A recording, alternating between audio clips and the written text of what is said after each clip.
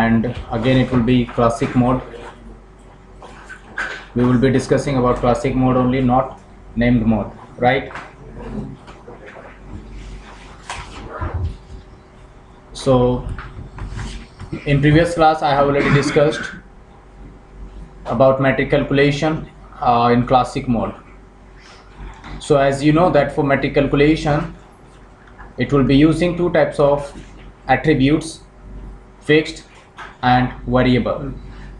Under fixed you are having two components, bandwidth and delay. Under variable components you are having load and reliability. Fine. So these four components will be considered during metric calculation in EICRP, as we have already seen. We have already seen its metric calculation formula, in which we were considering bandwidth, load, delay and reliability, right? And we were also having some metric weight values, metric weights, which are also known as K values. And in classic mode we are having 5 K values, K1, K2, K3, K4, K5, and by default K1 and K3 is equal to 1, and apart from K1 and K3 all others are 0. These are the default K values. And as I have already taught you that in EICRP to form neighborship it is mandatory that their K values must match. If their K values do not match, then definitely neighborship will never come up in between those two devices, right, where K values are mismatching. Fine. So that's all about the metric calculation in EICRP. Then after it, let's go for some other things here. Like in EICRP we must talk about successor, that what is the meaning by successor. We must talk about feasible successor, and of course we must talk about feasible distance, and we must have information about advertised distance, or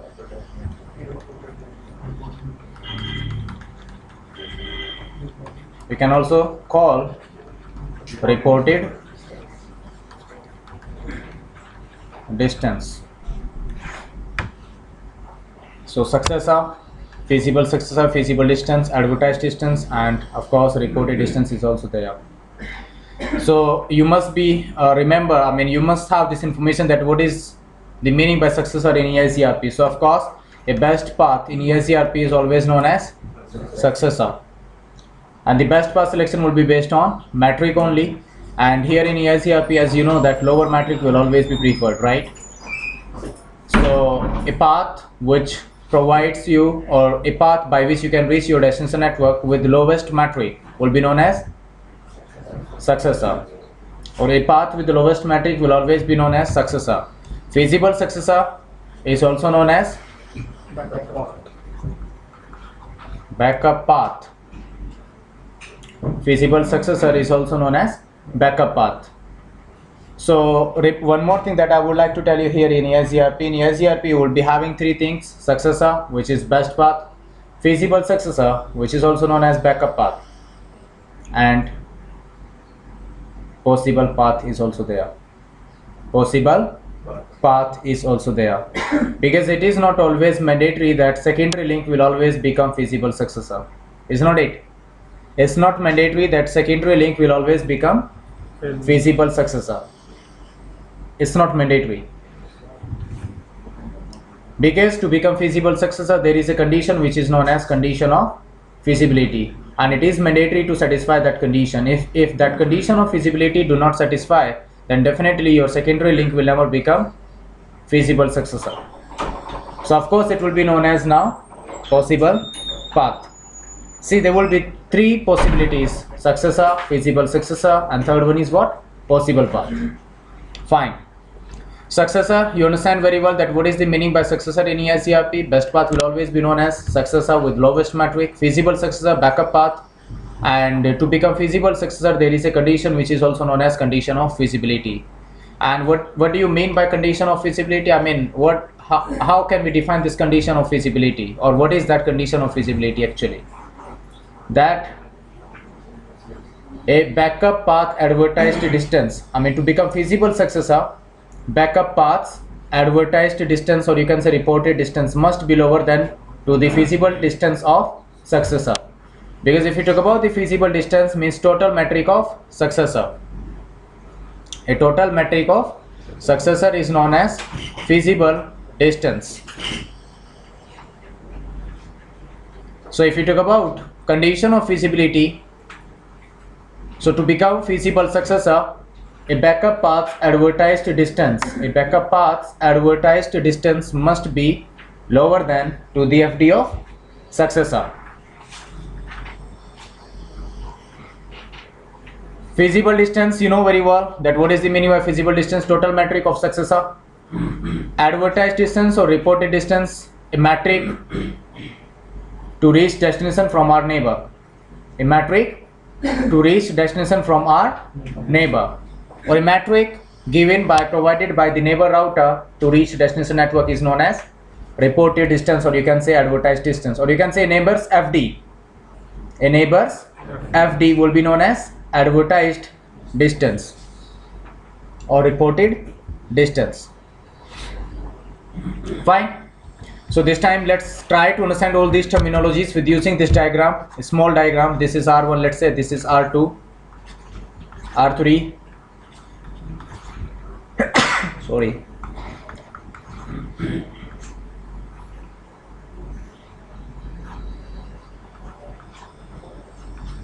behind R3, let's say that you are having this prefix 30.1.0/24.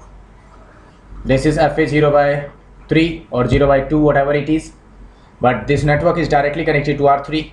So of course R3, not R3, all routers will also calculate the metric of directly connected prefixes as well, for all directly connected networks as well. So whenever you will enable EIGRP on R3 and you will advertise this 30's prefix into EIGRP, then R3 will be creating, or R3 will be responsible to create metric for this prefix which is directly connected to this interface. Understood? So this time let's say that R3 have created its metric which will be known as feasible distance. Let's say it was 100. See, R3 calculated the FD of this directly connected prefix. Now R3 will be responsible to give this update to its neighbor R2 as well as R5. R2 will receive this 30's prefixes 30.1.1.0/24 via R3, and this time its advertised distance will be, AD will be FD of neighbor. So what was the FD of neighbor? It was 100, right? So this time its advertised distance will become 100. Its advertised distance have become 100. Now it will calculate its total metric as well, which is known as FD. Let's say its FD have become now 200, right? Now R5 will also receive this update from R3. So it will also say that okay, it can reach 30.1.1.0/24 via R3, and its advertised distance is what? Let's say 100, and FD is also, let's say, 200. Now R2 will give this update to R4. R1. R2 will give this update to R1, and R1 will receive this update from R2 that 30.1.0/24 is reachable via R2, and this time advertised distance will become 200 because R2 will give its FD to its neighbor R1. So for R1 it will become advertised distance, and let's now R1 will calculate its FD, and let's say its FD have become now 300. We are simply assuming it, right? So it will become now, let's say, 300. So it have become 300 now, and now R5 will be responsible to give this update to its neighbor R4 as well. So R4 will receive it from its neighbor 30.1.0/24 via R5, and this time its advertised distance will be 200 and FD will be 200. Sorry, let's say it have become 300 now. Then R1 will also give its update to R4 as well. R1 will give this update to R4 now. So when R1 will give this update to R4, so R4 will receive this update that to reach 30.1.0/24 its AD via, tell me R1, AD is going to be 300. Let's say FD have become now 400. So this time R4, try to understand, this time R4 is having two possible paths here to reach this 30s prefix. One is via R5, one is via R1. Via R5 its FD is what? 300. Via R1 its FD is what? 400. So its best path will become via R5. So it will become now successor. Now R4 is also receiving this prefix from R1 as well. It means it can also reach this prefix via R1. So it will try to make it as a feasible successor. But there is a condition to become feasible successor, and which is known as condition of feasibility. So what is that condition of feasibility? That a backup path's advertised distance, which is this time 300, must be lower than to the FD of successor. And what is the FD of successor? 300, which is equal to advertised distance of backup path. So even it is equal to the, even if your advertised distance is equal to the FD of successor, then also it will not become feasible successor, because to become feasible successor, a backup path's advertised distance must be lower than to the FD of successor. But this time it is equal to the FD of successor. That is why it will not become now feasible successor. Say because for R4 it have not become feasible successor, so R4 will also give this update. It will also advertise its best path information towards R1. So R1 will also receive this 30.1.1.0/24 via R4, and advertised distance will be FD of will be FD of R4, so it will be 300 once again, and now it will calculate its FD, which which will become 400. So now R1 is also having this information that it can reach this 30s prefix via R2 as well as via R4. Lowest metric is via R2. Its best path will become via R2 itself, so it will become successor. Now, of course, R1 can also reach this prefix via R4 as well, but again, condition of feasibility must be fulfilled, must be satisfied. So, condition of feasibility says that backup path's advertised distance must be lower than to the FD of successor, but again, it is equal to the FD of successor. So, for R1 also, you will not find any feasible successor. For R4 also, you will not find any feasible successor. It means any router will not have feasible successor for these 30s prefix. Now, tell me, in case if R1 successor goes down, will it not be possible for R1 to reach now 30s prefixes via R4? It will be. It will be. It means it will become now possible path. Possible path. Hey, R1 is having a possible path. So there will be three types of paths: successor, feasible successor. Third one is what? Possible path. Understood or not? So in this way, your successor, feasible successor, possible path will be defined.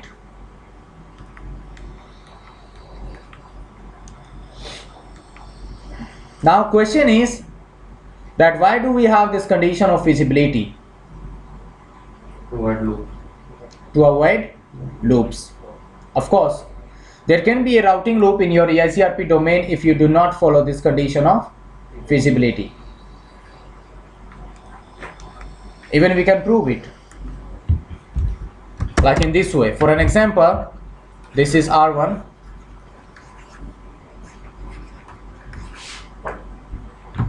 This is R3. Forget about split horizon for some time now. Let's say that split horizon is disabled here in this network, right?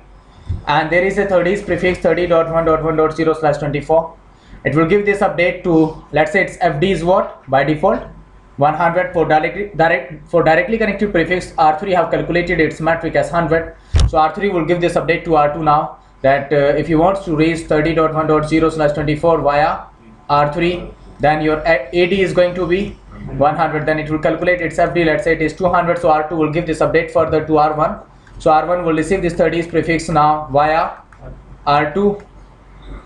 And its AD will become now 200. Let's say its FD have become 300. Now mistakenly you disabled split horizon on R1's this interface, right? So if you have disabled split horizon here on R1's this interface, so R1 is going to advertise this information, this update back to the R2, and R2 will receive this update from R1 as well, and this time R2 will receive this prefix in this way 30.1.0/24 via R1.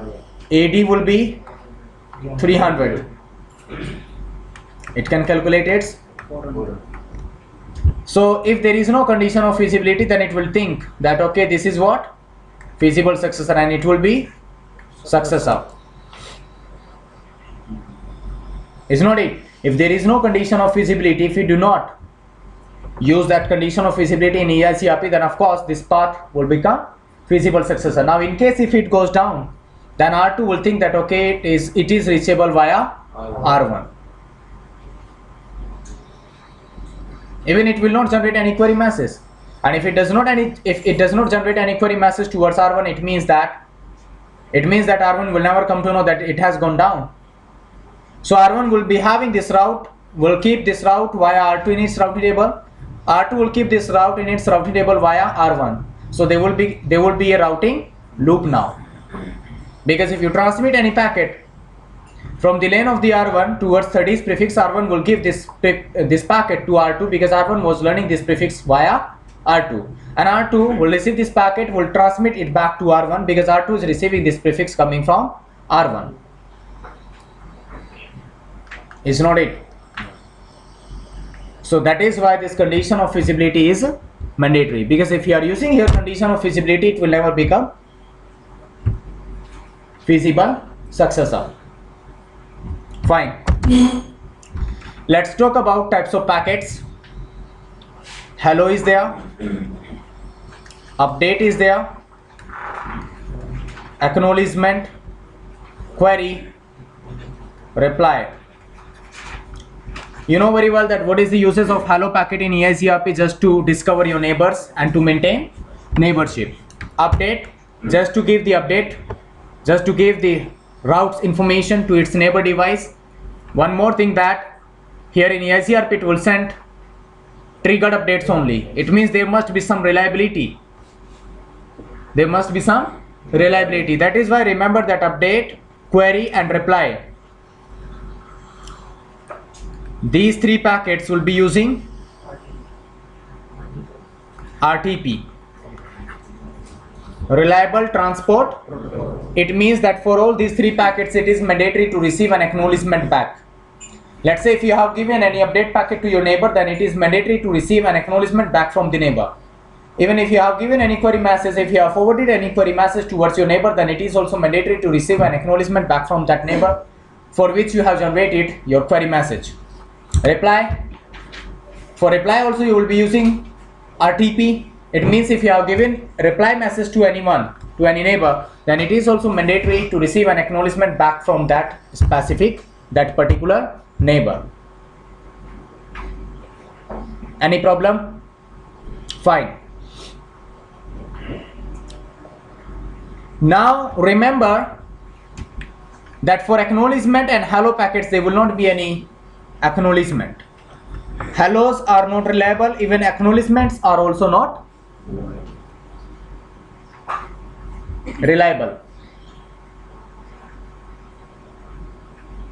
Any problem? Fine. And here there is compulsion to have an acknowledgement only for these three types of packets: update, query and reply, not for hellos, because hellos will be generated by Eigrppart periodically in every 5 seconds by default. So if you are transmitting an information periodically, then of course you will never require to have an acknowledgement for that information, for that packet, for those packets. But if you know, like, you are not going to transmit packets periodically, you will transmit your packets only once, then it is mandatory for you to have an acknowledgement. Because what if that packet was dropped somewhere in the network, was not delivered successfully? What will you do? It means that your neighbor can have sort of information, and if your neighbor is having sort of information, due to that sort of information there can be a routing loop. Is not it? Are you getting my point or not?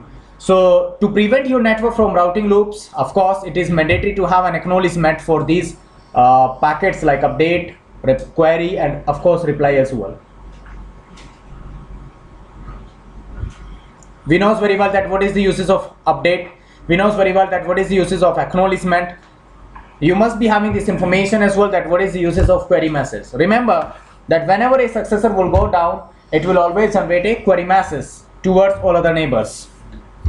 That you have any information of this prefix. Let's say this is R1. R1 was learning one prefix from this direction on this interface. It has gone down now, so R1 will generate a query message towards this neighbor now. That do you have this information? Do you have any information about this prefix? So now query will also transmitted by router only once. It will not be generated by your router periodically. That is why it is mandatory to receive an acknowledgement back from the receiver. So whenever your neighbor will receive this query message, it is mandatory, it is compulsory for this router now to generate a acknowledgement back in the response of query message. Yeah, reply will also be there, but apart from reply, you are also having an acknowledgement as well. Now, if this neighbor is having an information about that prefix, then definitely it will provide reply message that yeah, I'm having this information in my topology table or routing table, so you can also reach this prefix via me as well.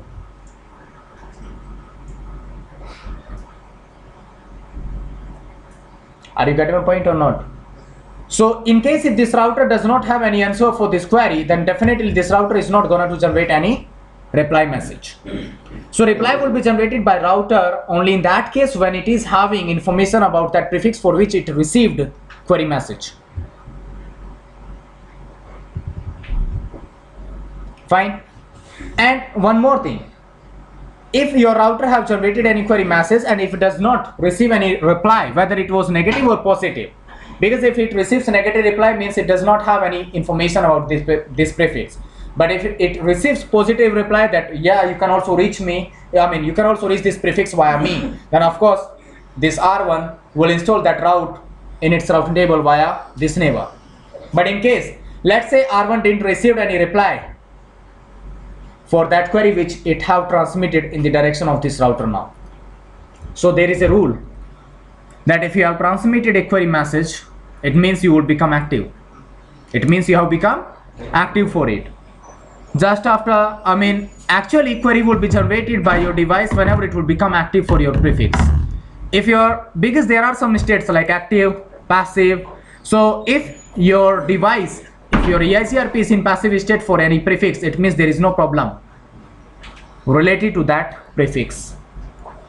But if your device have become active, it means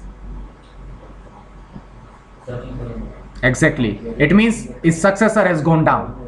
Because whenever successor will go down, if it does not have feasible successor, it will always become inactive. And whenever your router will become an active router for any prefix, it will immediately start to generate query message. And remember, it will remain inactive until it receives reply. But if your router do not receive a reply packet from its neighbor in the response of query message till 180 seconds, 180 seconds, then it will announce itself in stuck in active state. Then it will not be in active state, it will become in stuck in active state. And once your router will become stuck in active state for any specific neighbor, then after 180 seconds, after the expiration of active timer, because by default active timer is 180 seconds. So after expiration of active timer, your device will become stuck in active and immediately it will break neighborship. It will reset neighborship actually with that neighbor. That is also known as stuck in active state. In a stuck in active state, your router will always break neighborship. Understood or not? Fine. Now whenever your router will receive any reply, then again it has to give an acknowledgement back to the sender. Fine. Is there any problem now about all these packets? Sometimes all these packets will be unicasted and sometimes some of the packets will be unicasted and multicasted. Like hellos will always be multicasted by default unless you configure static neighbor. If you have configured your neighbor statically, then of course your hellos will also be unicasted. Of course, after configuring your neighbor statically, then your hellos will be unicasted, but by default they are multicasted. Update packets. First time by default it will unicast update packets, and then after it will multicast your update packets. But if you have configured your neighbor statically, then it will always unicast its update packets. Remember, there are two different conditions. First condition in which you have not configured your neighbor statically. So if you have not configured your neighbor statically, then very first update will go unicast, and then after all other updates will go multicast. But if you have configured your neighbor statically in Eigrppart, then it will always send its update packets as unicast packet. Will never use multicast address to send its update packet. Third is acknowledgement. Acknowledgement will always be unicasted, because acknowledgement will be given to that neighbor only from where you received update packet or query or reply. That is why acknowledgement will always be unicasted. Query will always be multicasted by default, but if you have configured your neighbor statically, then query will also be unicasted. Reply will always be unicasted. Reply will always be unicasted.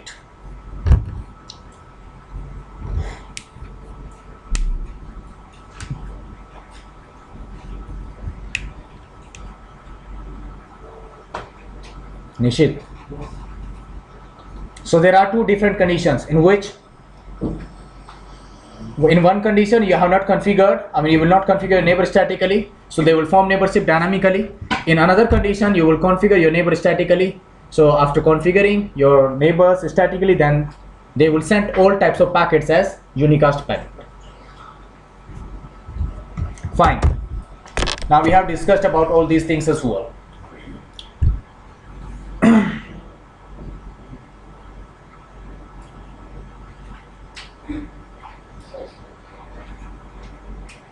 Now let's talk about something named mode.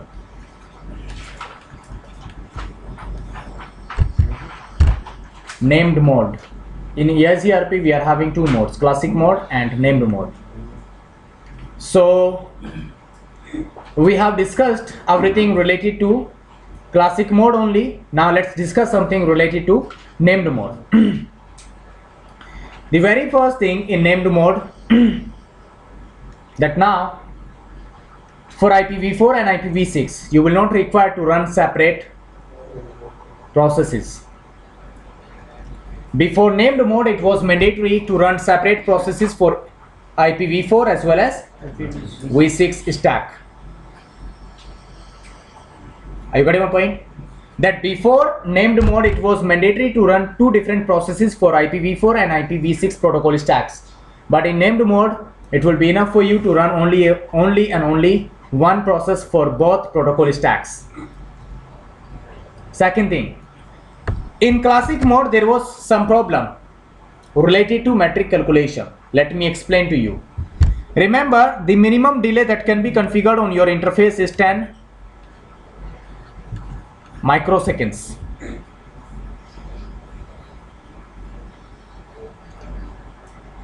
Minimum delay that can be configured on your interface is what? 10 microseconds. And on all interfaces like 1 gig, 10 gig, 40 gig, 100 gig, default delay is what? 10 microseconds, and it cannot be lower than 10 microseconds, because when you configure delay it is always configured in the multiples of 10, and the lowest value in the range is what? 1. So if you will configure your delay as 1, it will automatically become as 10, because it will always be configured in the tens of in the multiple of tens.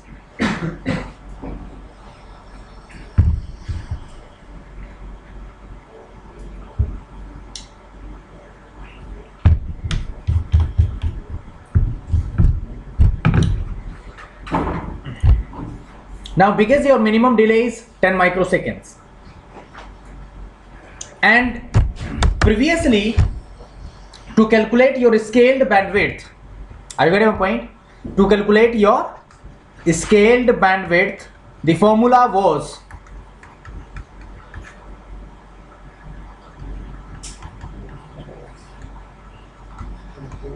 is not it in, kbps. So if you are having link of 1 gig, formula will be like this: 10 raised to the power 7 means 1 2 3 4 5 6 7 divided by 1 gig, 1000 mbps, 3 more zeros kbps, so it will become 10. For 10 gig, 10 raised to the power 7 divided by 10,000 more 3 more zeros will also be there, because you have to define your bandwidth in kbps. So now it will become, for 20 gig, 10 raised to the power 7 divided by 20,000, because your metric cannot be, your scaled bandwidth cannot be in decimals, so it will remain 1. For 40 gig also, 10 raised to the power 7 divided by 40,000.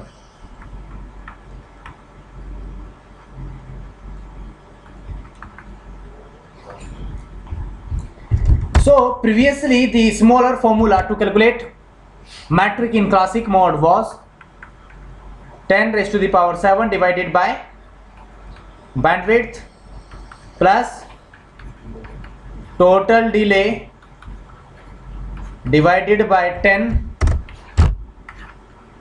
multiplied by 256.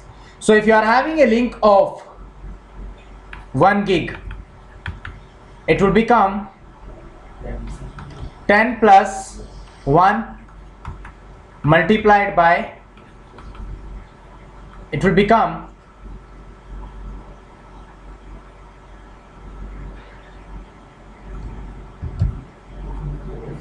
56.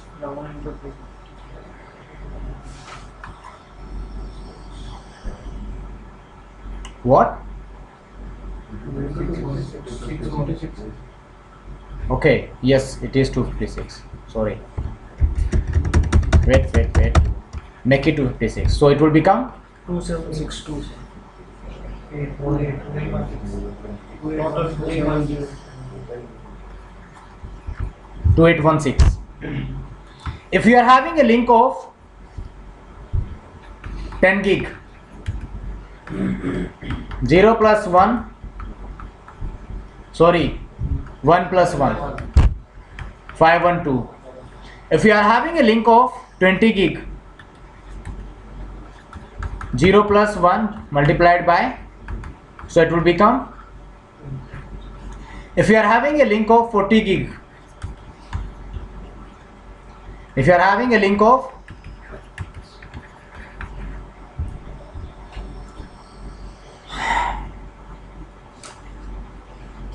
so now let's assume that this is your router. This is having bandwidth of 40 gig, this link is having bandwidth of 100 gig. If it is receiving same prefix from both neighbors, it will perform with same matrix, so it will perform equal cost load balancing. However, according to the bandwidth, available bandwidth for R1, its best path have been configured, have been elected that link which is having bandwidth of 100 gig. That's the problem. That's the problem with classic mode, that with higher bandwidth interfaces, if you are having higher links, then the formula of metric calculation would be failed.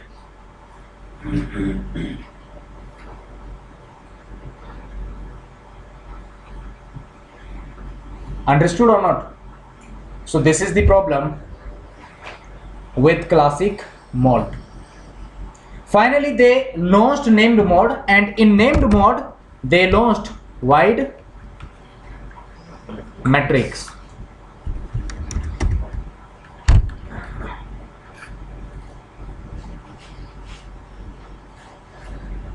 If you talk about the wide matrix, the very first thing here, if you talk about the k values, you will be using k1,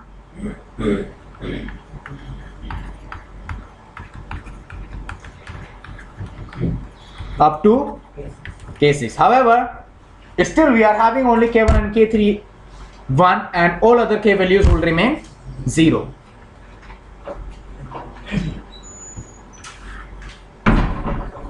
But here for different interfaces, like for all those interfaces who are having bandwidth more than 1 gig, for all those interfaces they have changed the formula to calculate their metric, because they will start to use your delay in picoseconds now. They will start to use your delay in picoseconds, and also they have changed your formula to calculate scaled delay as well as scaled bandwidth. And one more thing, in wide matrix now bandwidth will be known as like minimum throughput. There will be two things, minimum throughput and maximum throughput, and this maximum and minimum throughput will be depending on the available bandwidth. Delay will be considered as a latency. In wide matrix, in named mode, actually we will be calling delay as latency.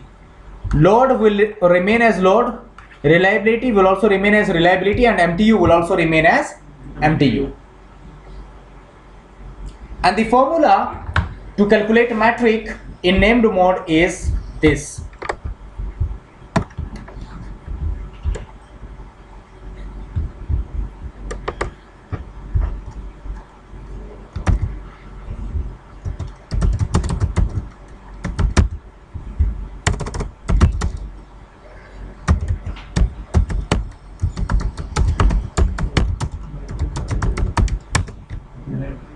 Oh, sorry.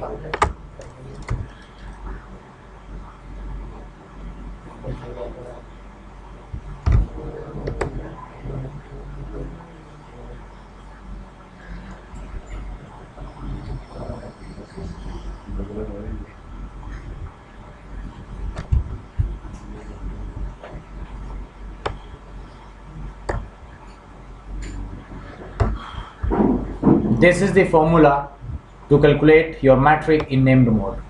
This is from here.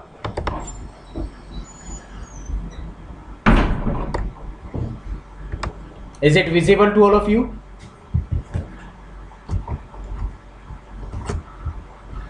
Now it must be. Your formula will start from here and will end up to here. So in this formula, in place of bandwidth, now you are having minimum throughput, right? And latency means delay, load is still there, extended attributes are also there, and these extended attributes are energy and jitter. In wide matrix, they have also started to use some additional attributes as well for metric calculation, which are energy and jitter, which are known as extended attributes. But these extended attributes will be in use when you will be using K6. If K6 is already configured 0, because by default K6 is also 0, it means by default you are not going to use those extended attributes. And of course reliability is also there, see. And default K values K1 and K3 will remain 1, and all other K values are still 0. So when do you use K6? Whenever you will try or you will want to use extended attribute to calculate your metric. So something related to the heat generated in the Jitter and energy. It must be specified here.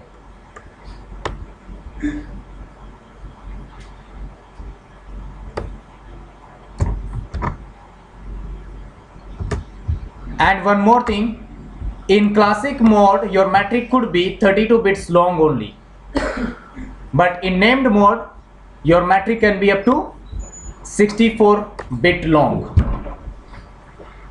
In classic mode your metric value could be up to 32 bits long value, which is by default up to 4.2 billion. But in named mode your metric can be up to 64 bits long value.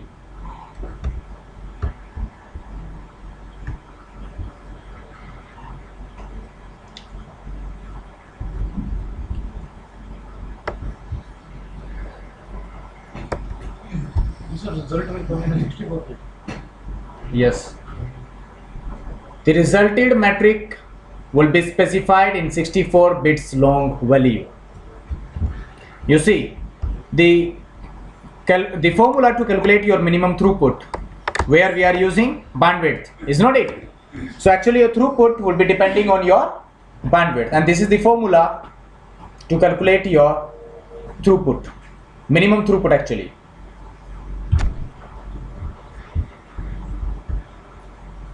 Latency for all those interfaces which are having their bandwidth below than 1 gigabit.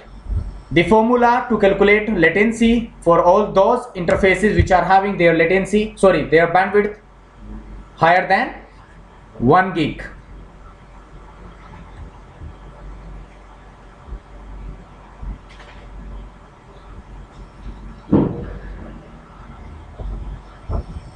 Any problem? Hello? If you are having any problem in it, please let me know so that I can explain it to you. So yeah, I was just telling you that it will be depending on the designer. It will be depending on your requirements in your network, right? So that, I mean, you can decide that which attributes should be considered to calculate your metric or not. So it's not always. However, Cisco recommends to use only these two K values, only these two attributes, or to calculate your metric, right? But still, accordingly, you can also make some changes. It's not always that I will be using, or we will be using only K1 and K3 only. You can also use, you can enable load and reliability as well if it is required. Fine. So I hope that now you have understood that how Eigrppart will calculate its wide matrix. So up to K6 you are having K values, and again here in place of bandwidth you are having minimum throughput. The formula to calculate your minimum throughput is very simple: 10 raised to the power 7 multiplied by 65536 divided by bandwidth.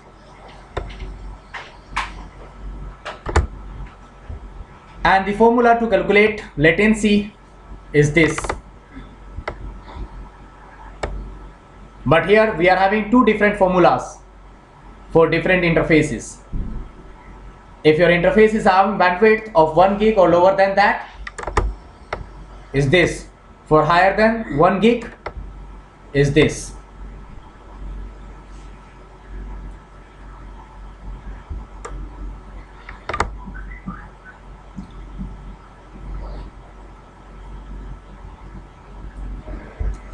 Adjusting Eigrppart metric weights can dramatically affect network performance. Because of the complexity of this task, we recommend that you do not change the default K values without guidance from an experienced network designer.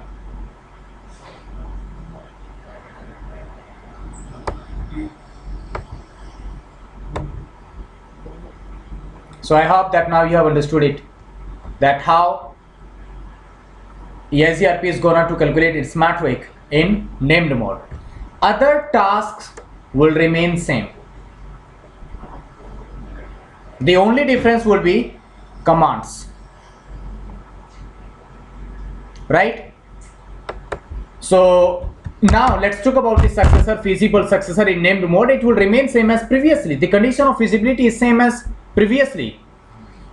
All other things will always remain same as previously, but here you are having some other features as well in named mode, like you can configure maximum prefix.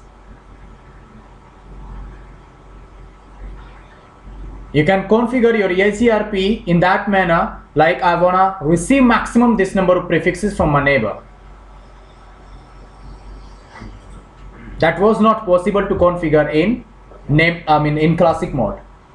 Apart from that, in named mode you are also having like FRR, fast reroute, and this is really interesting feature of this named mode. So I'll be discussing it with you, but first of all, now let me start practicals of Eigrppart in classic mode only. First of all, we will finish all practicals of Eigrppart in classic mode, and then after we will repeat all practicals in named mode, because commands are bit different. Commands are not different, but the modes are different. So first of all, let's finish this classic mode, and then we will go for named mode.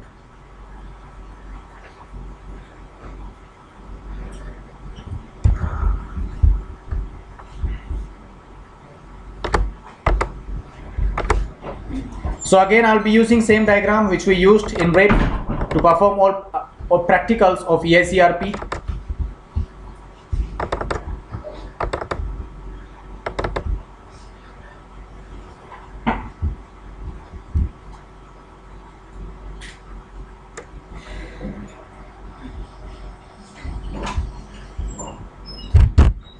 So by default, because we are going to implement this classic mode in iOS 12.4 first of all, and then after I'll be implementing named mode with using iOS 15.2.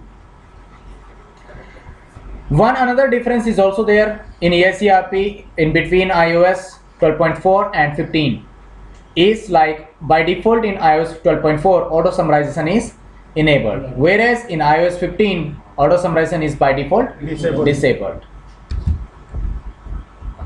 So these small changes are there in between different iOS versions.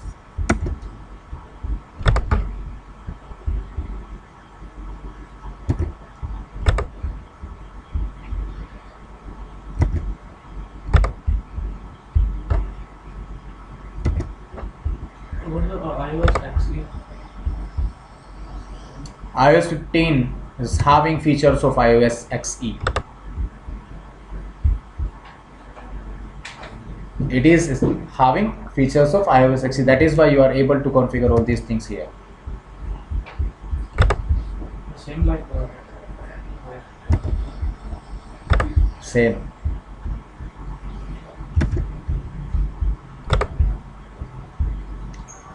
Okay, let me know that have you understood everything which we talk about this Eigrppart recently in previous class as well as in this class?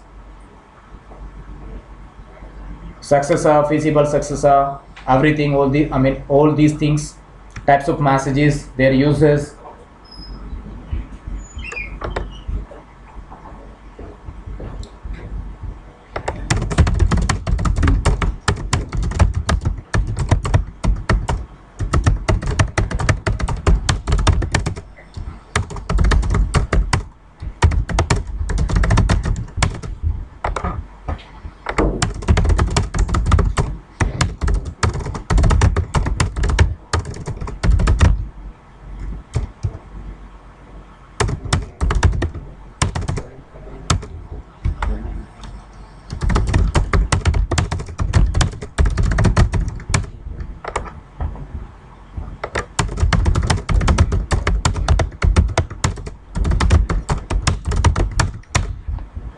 Fine, let's configure Eigrppart now in this network.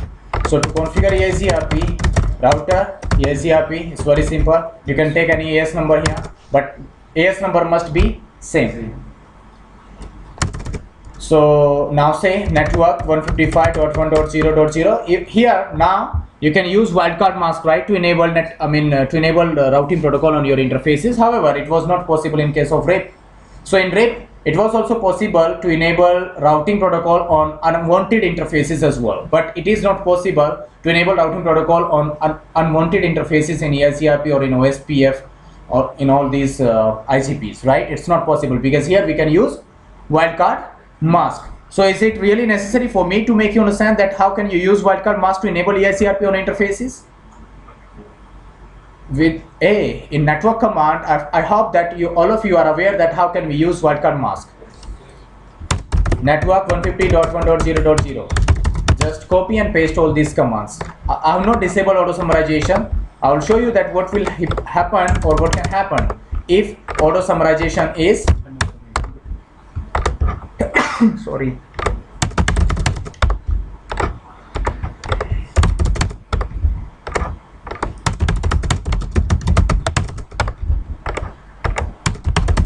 Again, there will be concept of contiguous and discontiguous only.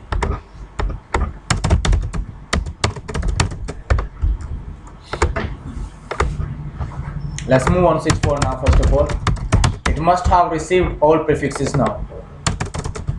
So it have received from 155's network only, which are contiguous networks, is not it? But it have not received anything from 150's range, because now it have become discontiguous networks.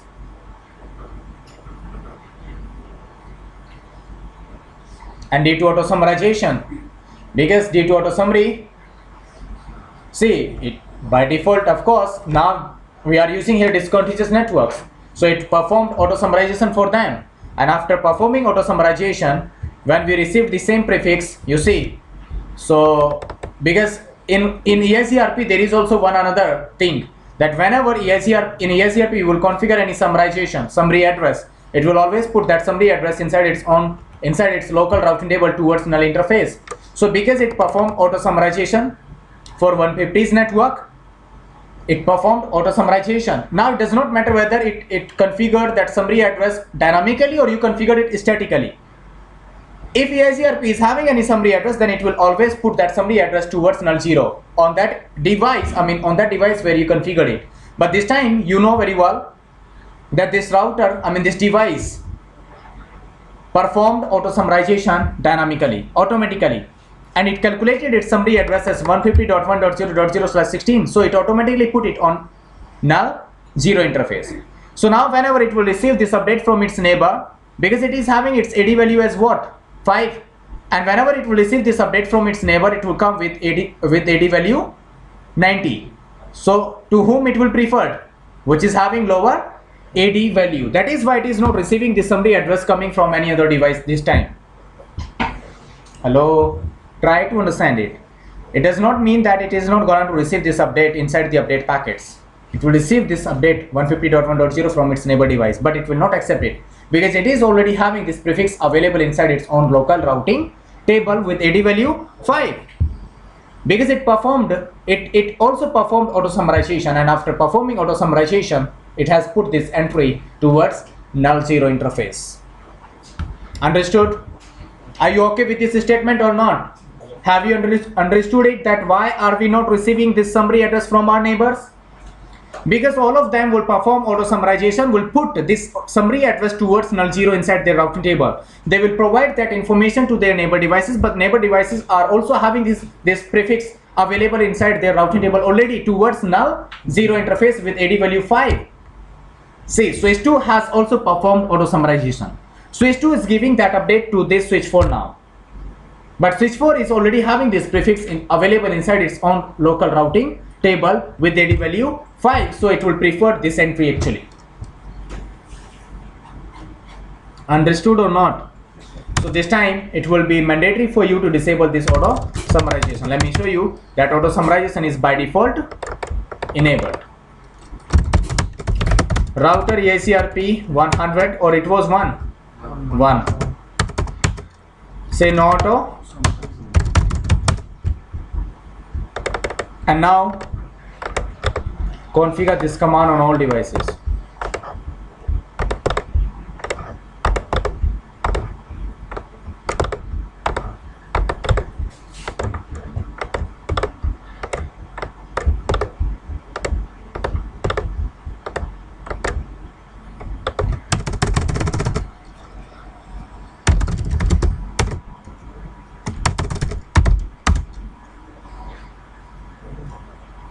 See, show IP route.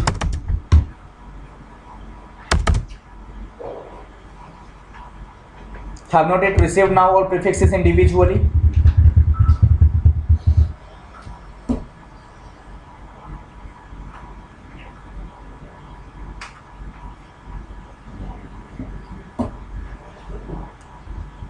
And now from here you can trace route 150.1.9.9, which is switch 3's address. So it went to switch 2 first, then see, this is switch 2, R5, 3, switch 1, switch 3, switch 2, R5, R3, switch 1, switch 3. Now it calculated, you see, move on switch 4. It is also having one lane network as directly connected network, right? Show IP interface brief. Check it out. 150.1.10.0. Show IP ICRP topology table, because it also forms topology table. So in this topology table, you must get this prefix as directly connected. Let me show you. 150.1.10.0 is directly connected to this loopback 0, and its FD, as I said, that for directly connected interfaces also it will calculate its metric. Even you can also check it 150. You can also check it for 155.1.108.0/24 as directly connected to the fast Ethernet 0x0, and its FD is what? 281600.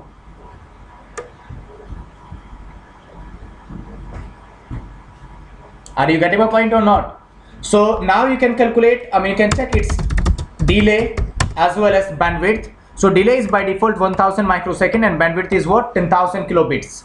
So if you calculate, if you put it in Euler formula, 10 raised to the power 7 divided by 10,000 plus total delay 1000 divided by 10 and multiplied by 256. So definitely it will come 281600. What's that?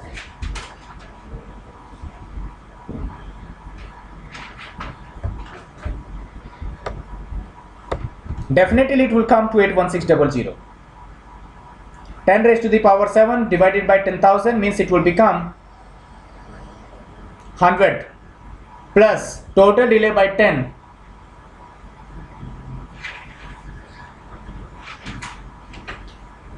1000 divided by 10, how much? 100. So 100 plus 100 will become 200 multiplied by 256. So definitely it will become 281600.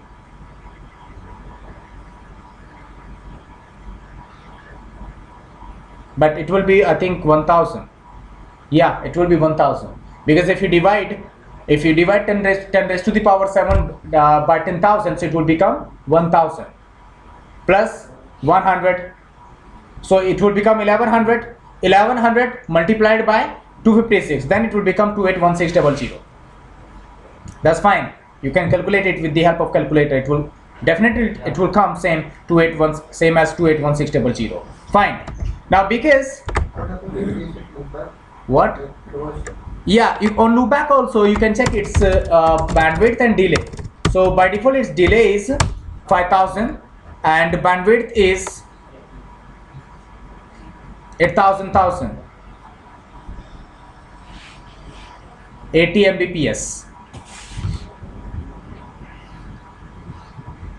or 8 gig 8 gig, because it is 8000, so it will become 8 gig. So bandwidth is 8 gig whereas delay is just 5000. So its metric, definitely you can calculate it, and it will become 128256. You can calculate it. Now because this is FD for ourselves, so for our device, if you move on switch 2, it will become advertised distance. Show IP, let me show you, EICRP topology.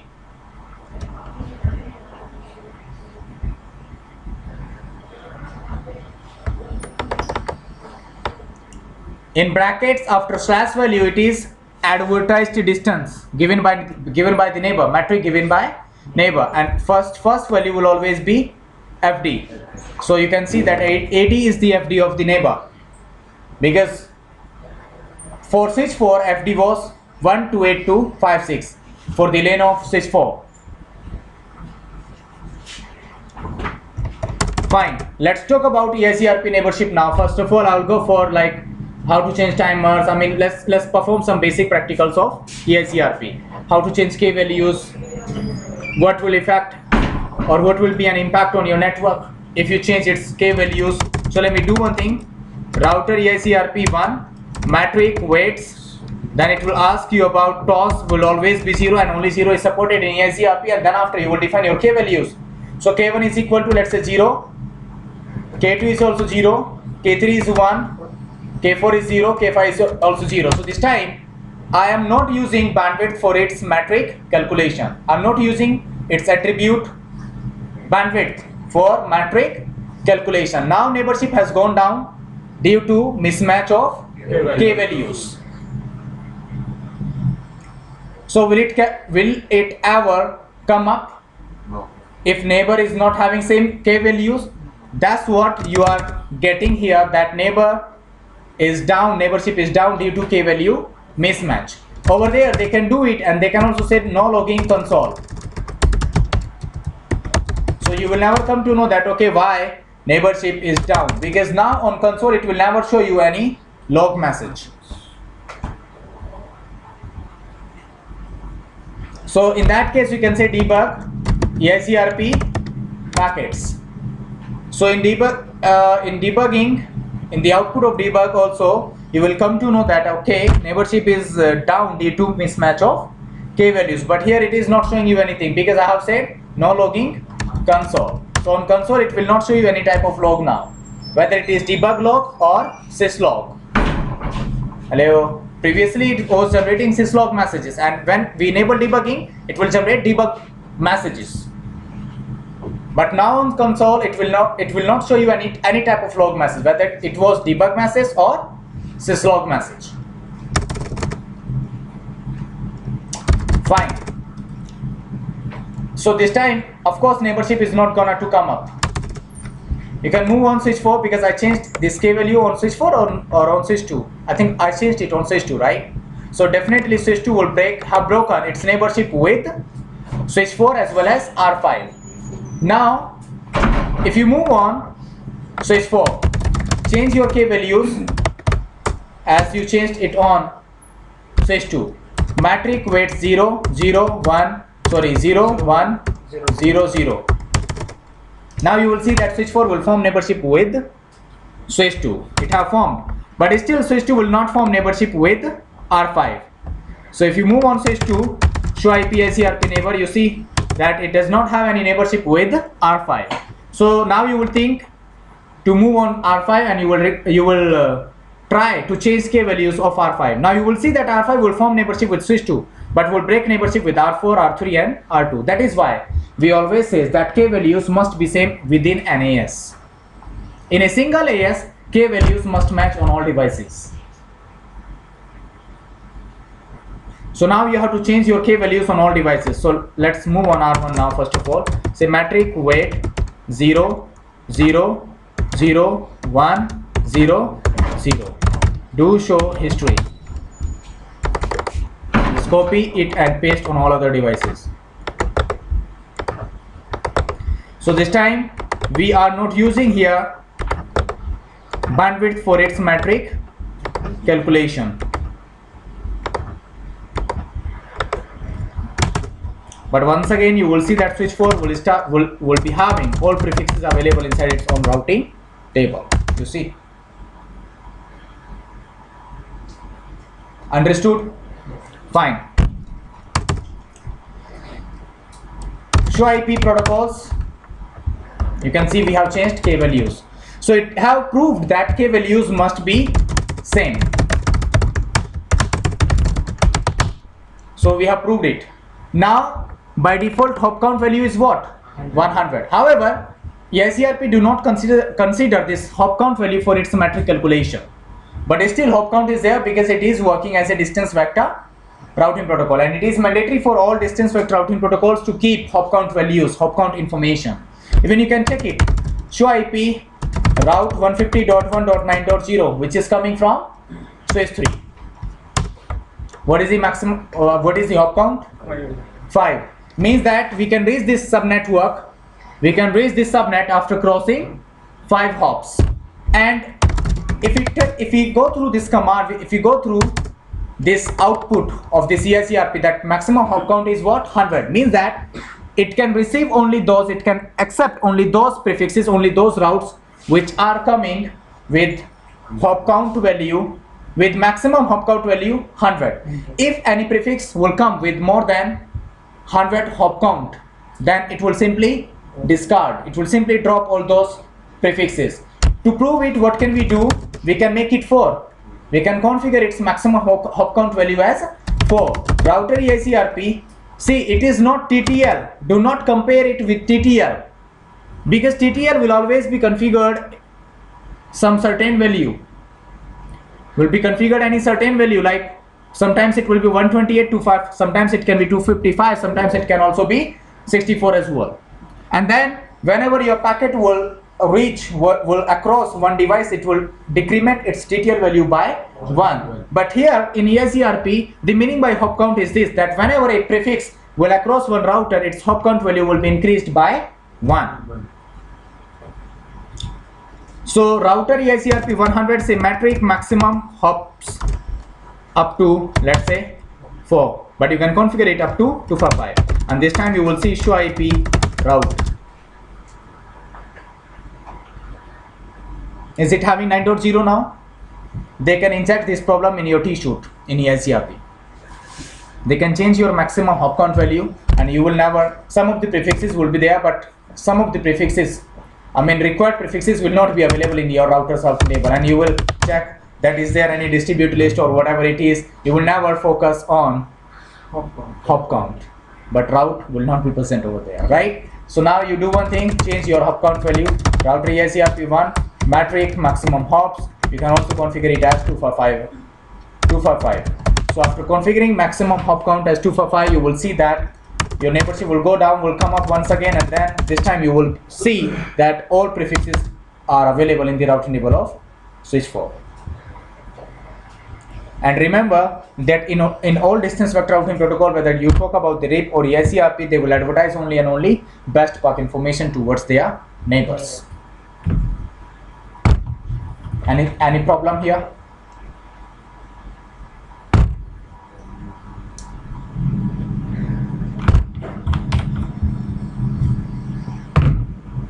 Fine. After it,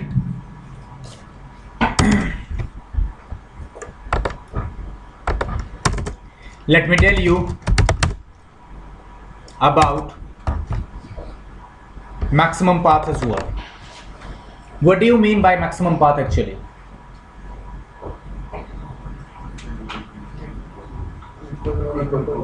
It can perform equal cost load balancing among 4 links, 4 neighbors, maximum.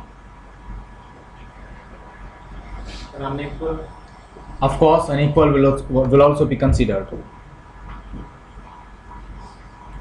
It can perform load balancing among 4 neighbors only. That's the meaning by maximum. Or you can say that it can install maximum 4 paths in its routing table for a particular route. Have you understood it or not? It can install maximum 4 routes inside its own routing table for a particular destination network. That's the meaning by maximum path. You can also change it. Router Eigrppart 1 maximum paths can be configured up to 16 and will vary. This value will vary according to platform and also iOS version 2.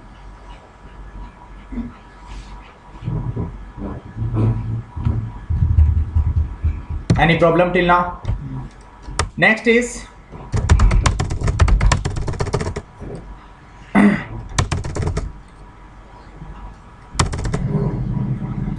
tables. Let's talk about tables as well. Routing table will contain only best routes, best path. Neighbor table will be having information about your neighbors only. As you can see here, show IP neighbors. One command is also there, neighbor details. You can see that what is the version of iOS version of your neighbor. It have already performed 1 retransmission, 0 retries, and number of prefixes are 22. Then after it, you must be aware with this, with the meaning of this hold down interval, uptime, SRT, TR, TO, Q count, sequence number, everything. And I hope that you have already learnt about all these things during CCNP as well. Show IP Eigrppart topology 150.1.1.0 255.255.255.0. So it will show you the topology table for it. right now state is what? It means there is no problem for this prefix on this device. Inside topology table, you can also see, you can also come to know about its attribute which will be used for its metric calculation, like total delay from here to reach this prefix, reliability, load, and of course MTU. Bandwidth is also there, and which is minimum bandwidth. However, on switch 4 you are having fast Ethernet link, and in GNS by default bandwidth on fast Ethernet link is what? 10 Mbps. So on switch 4 it should have shown me 10 Mbps, but it is showing me lowest bandwidth, because the lowest bandwidth will be considered during metric calculation. Understood or not? Fine. Now after going through all these things, let's talk about timers as well, hello interval and hold interval. To change hello interval or hold interval, go to your physical interface on which your neighbor is connected, and then say IP hello interval EIGRP, its AS number, and then your hello interval. And hello interval can be configured in between 126535, any value.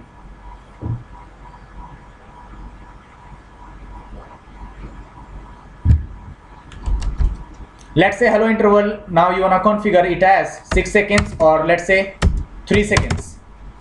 So hello interval will become 3 seconds, and IP hold time EIGRP1, and then let's say that you wanna configure your hold time as 20 seconds. So hold down timer will be configured now as 20 seconds. And now one more thing that I would like to show you here. Show IP EIGRP interface fast Ethernet 0 by 0, sorry, or your command can be show IP EIGRP interfaces detail. So if you configure show IP EIGRP interfaces detail, you can see that on FA 0 by 0 we have configured hello timer as 3 seconds. In new iOS, in iOS 15, you will also come to know about your hold down timer as well. In iOS 12.4, you will not be able to see your hold down timer. But remember, if you change your hold down timer here, then its real effect will be on your neighbor. We changed hold down interval on switch 4 FA 0 by 0, but it will take place at the end of switch 2. We can move there on switch 2. Show IP EIGRP neighbor, you see. Hold down timer 20, then coming, I mean it will configure it as 19, then will come up to 17, and again it will back on 19. It will be back on 19 because it is receiving hello packets in every 3 seconds. So actually if you change hold down timer on one end, then real impact will be on another end. Because now one more thing that you must remember, that hello messages of EIGRP will also be responsible to contain your hello interval and hold down interval information. Not hello interval actually, only hold down timer. So that switch 2 will come to know that okay, what is the hold down timer configured on R1, and accordingly it will configure its own hold down timer. Even you can see here,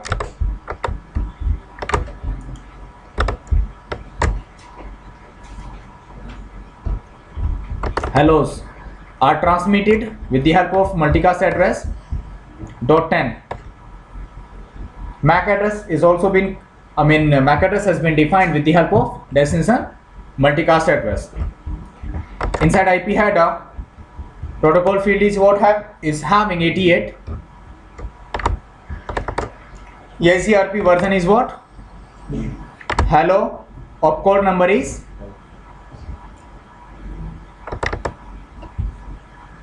hold down timer is what?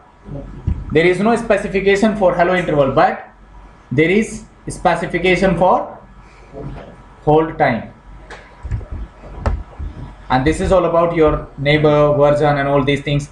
And in TLV, type length value, it can also send information about your stub router or something like that. Do you remember that in EIGRP we can also perform stub routing?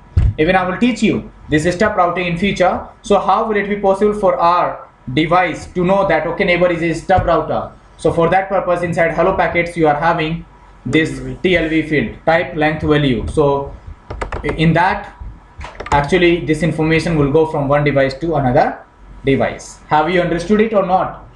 Fine. So after doing all this configuration, after coming to know about all these things, let's go for some other things as well. Like now let's go for authentication. We can also go for authentication, right?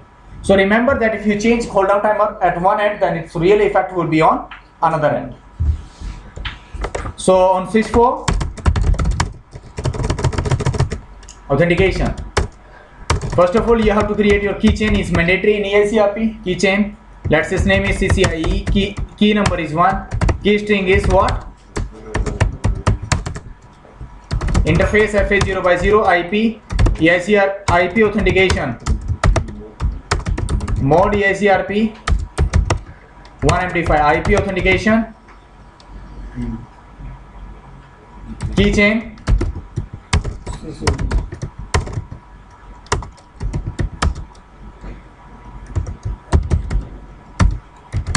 CCIE. You will see that neighborship has already gone down. Show IP Eigrppart neighbor. Debug Eigrppart.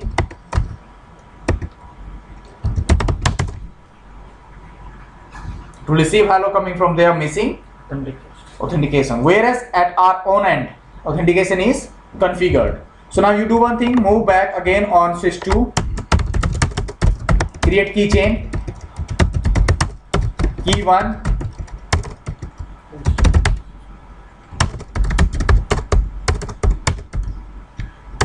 then say IP Eigrppart, sorry, IP authentication,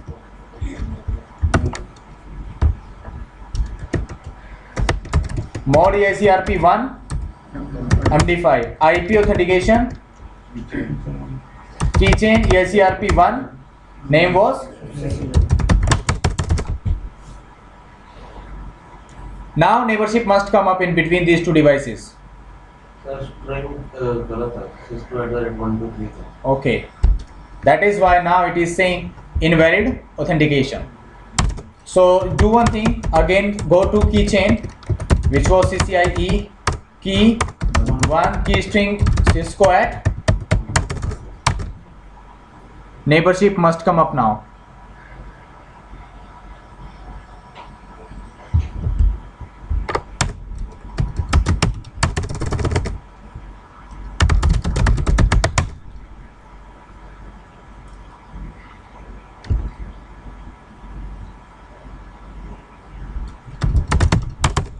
You can see neighborship have came up successfully.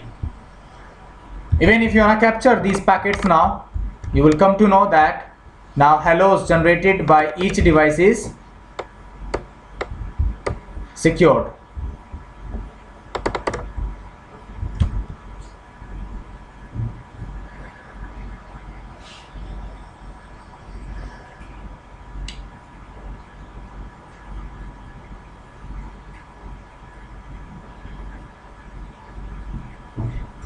Any problem?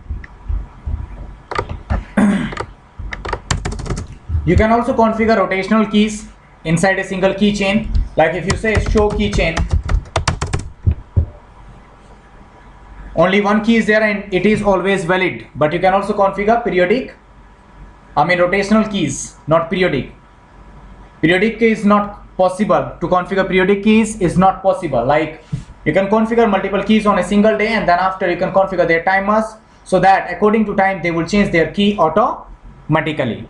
Only for that purpose we are having keychain. Is it necessary for me to go for keychain? Like might be that you have already done this practical before, so you can also perform it by yourself, like how to configure rotational keys. After this authentication,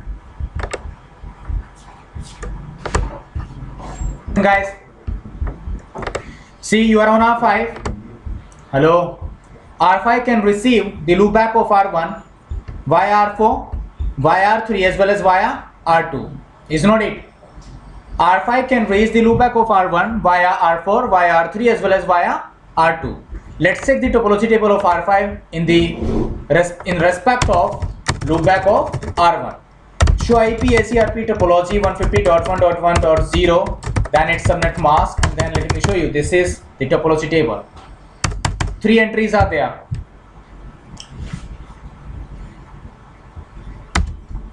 This time we have seen the detailed topology table in detail. But if you simply say show IPICRP topology, then you will see that for the loopback of R1, which is 150.1.1.0, it is having one successor and another one is what? Feasible successor. And this time, see, via 35.3 it is having feasible successor, and to become feasible successor it is fulfilling the condition of feasibility, because the advertised distance must be lower than to the FD of successor, and this time it is fulfilling this requirement. See, FD of successor is higher than to the advertised distance of feasible successor. That is why it have become feasible successor. But if you open it in detail, then it is showing you that it is also having one another path to reach the same destination, but it is not feasible successor. Even you can check, you can compare its advertised distance with the FD of successor. This is FD of successor, this is advertised distance of third route. So even this route is not eligible to become feasible successor. So its feasible successor is via R3 only. From R5 to reach the loopback of R1, successor is via R4, feasible successor is via R3. Even if you check its routing table on R3 as well, its best path will be via switch 1. You know why? Because via serial link its delay will become 20,000 microseconds and bandwidth will be 1.544 Mbps.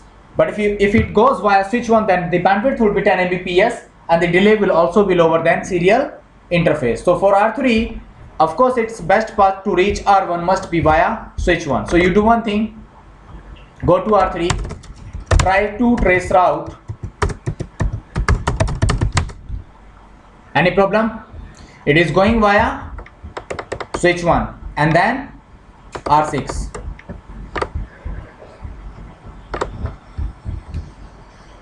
If you are having any problem, please let me know. So this time R5 is also having possible path. If your path is not feasible successor, it means it is a possible path.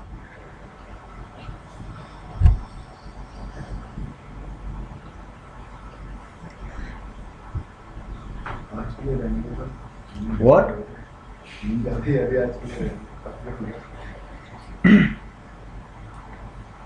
And because you are having successor and feasible successor both here for the loopback of R1 on R5, right? But inside routing table of R5 you can see that you are having only one path available, which is via R4, because its successor is via R4. Even you can again check its topology table, its successor is via R4 only.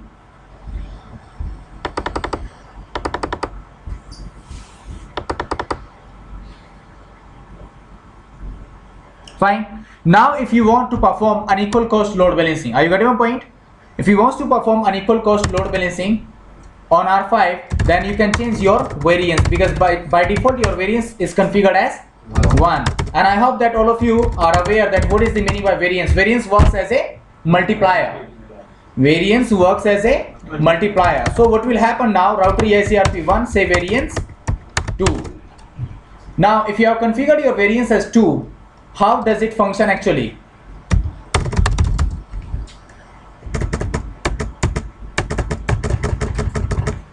Let me show you. After configuring your variance as 2, now it will multiply to the FD of successor. So FD of successor is what? 665600. It will be multiplied by 2 and then you will get a product. Now all those prefixes which are having either equal to, which are having their FD equal to that product or lower than, try to understand. After see, this variance works as a multiplier. Variance will always multiply to your FD. FD is 665600. Variance will multiply to this value. You will get a product. Now all those prefixes, all those paths which are having their matrix to reach this prefix equal to this product or lower than this product will be eligible to get installed inside its routing table.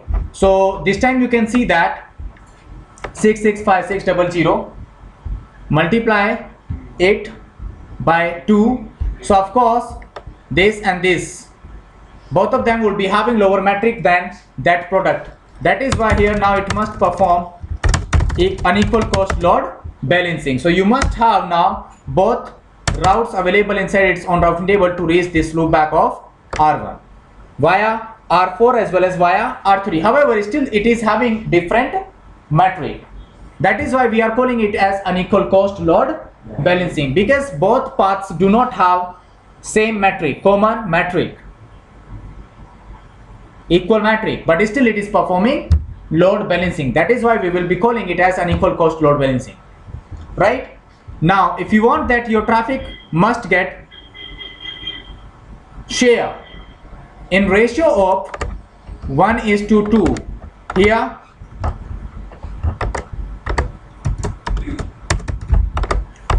via R3 it must send only one packet out from 3 packets, and via R4 it must send 2 packets. Right now R5 is performing unequal cost load balancing, but still if you trace route packets from R5,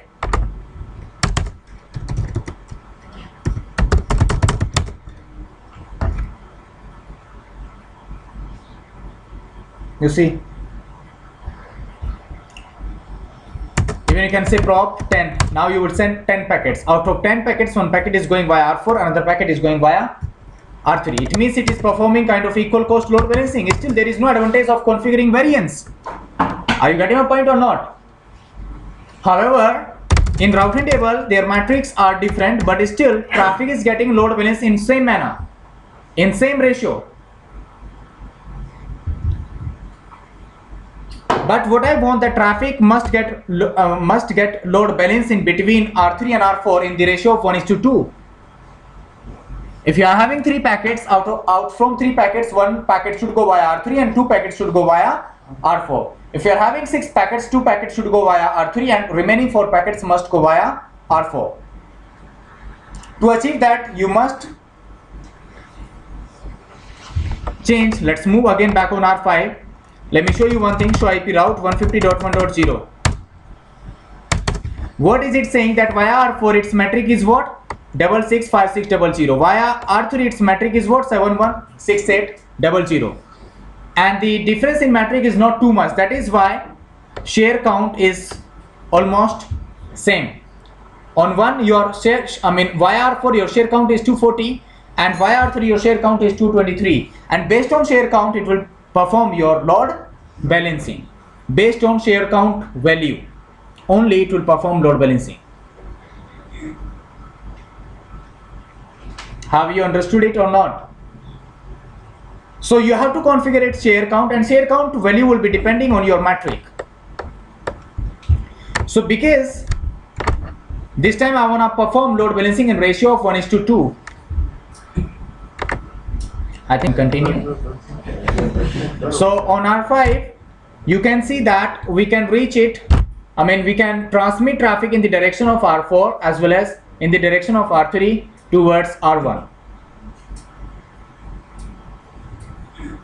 but it is not performing load balancing in ratio of 1:2. To get appropriate load balancing in ratio of 1:2, we can modify its metric by modifying delay, because this time we are considering only and only delay for its metric calculation, right? So you can see via R4 its total delay is what? And via R3 it is 28,000. now configure their delay in ratio of 1:2 only.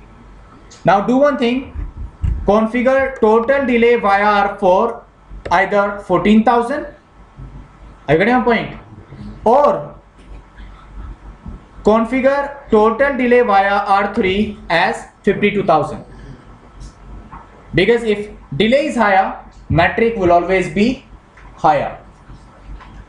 Try to understand.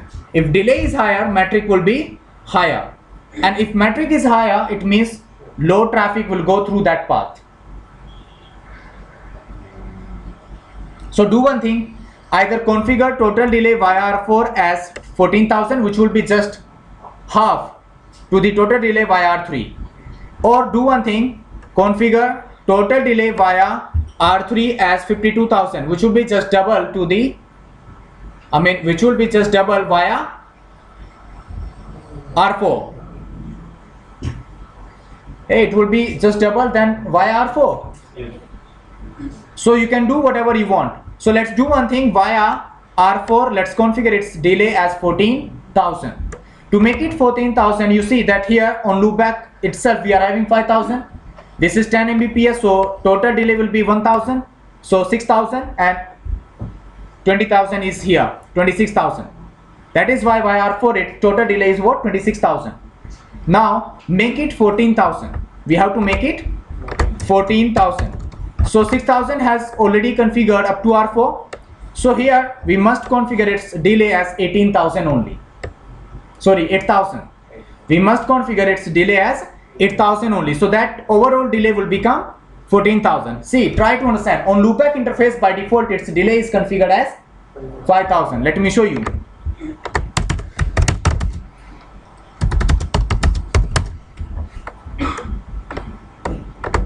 On R4's FA0/1 delay will be 1000.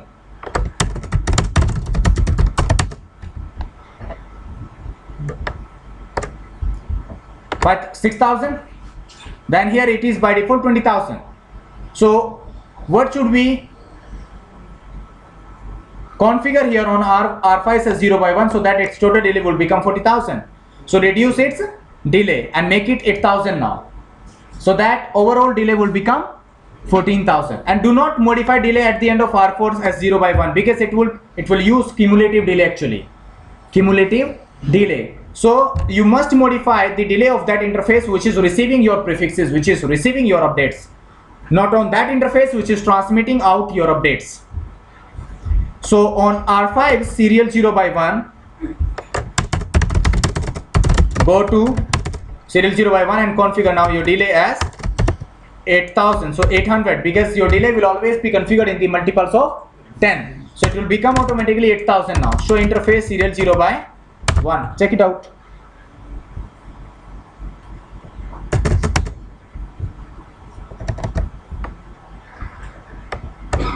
And now show IP SERP topology 150.1.0 255.255.255.0. Check it out. Via R4 its total delay is what? 14,000. Via R3 total delay is what? 28,000. Via R4 metric is, via R3 metric is this. And now check its routing table. Your share count must be in ratio of 1:2. So one packet will go via 35.3 and two packets will always go via. So now you can say trace route 150.1.1 drop 10. Out from 10 packets you will see that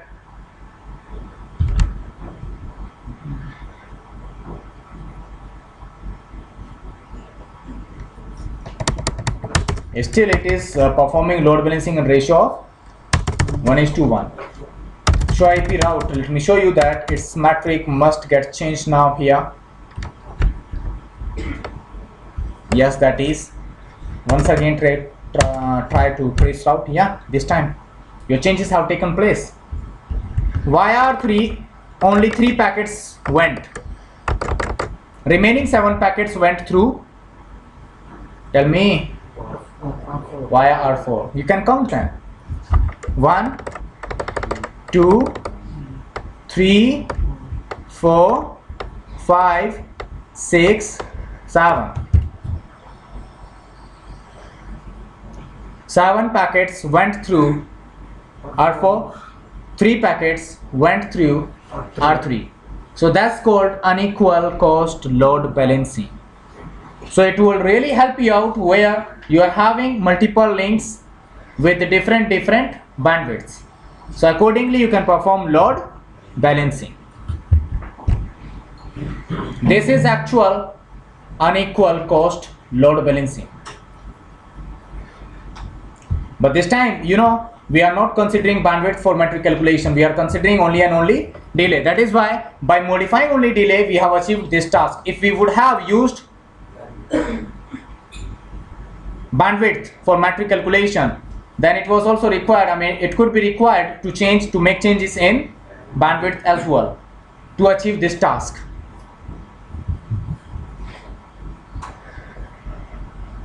Sir, variance is applicable on all possible grounds or on feasible successor?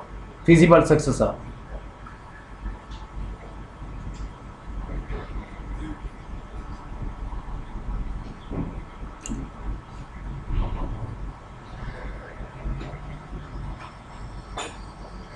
But I think it will also be applicable on possible paths too. That's why I'm saying that it will also be having an effect on possible paths as well. What's the physical successor of it? Knobs. Let me show you. Router Eigrppart 1, no variance 2. So it will become 1. Show IP protocol. Let me show you. Again variance is 1. Show IP Eigrppart topology. Is already having, okay, serial 0 by 1, delay is what, 20,000 now. Let me show you, just wait for a moment. Show IP Eigrppart topology.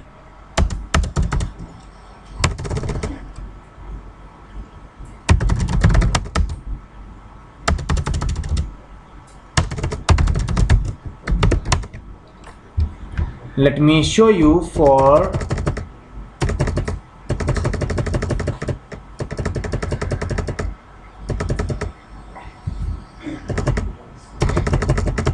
the loopback of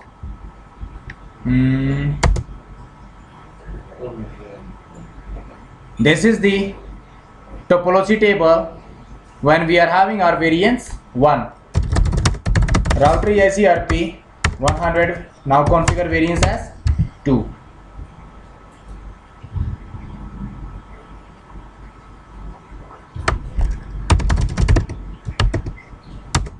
Now how can we identify that okay there is an impact? Yeah, previously I think it was having only, no, previously also it was having 3, right? 2 2 2 1 2 2 2 3 1 2 2 and 1 2 2. But the load can be formed now, I think it's saying that again in the But in that case it will be performing load balancing. Yes, you can say that if there is no condition of feasibility, if it has override the condition of feasibility, then there can be a loop, because it will perform equal cost load, I mean it can perform load balancing in that case. And if it is performing load balancing, it means that there will be a big problem now once again. Even you can try it. I mean I never performed this practical, that whether it was having an effect on possible paths or not. You can try it and you can come to know by yourself, or we can do it in tomorrow's class, because today we do not have enough time to perform this practical now, so we can perform in next class. So I hope that you have understood all these things, that how can we perform unequal cost load balancing, how can we modify all these attributes which are in use to calculate your metric in Eigrppart, right? So all these things are there. In next class I will finish Eigrppart in classic mode, and then after, I mean within next 2 classes I'll finish your Eigrppart now.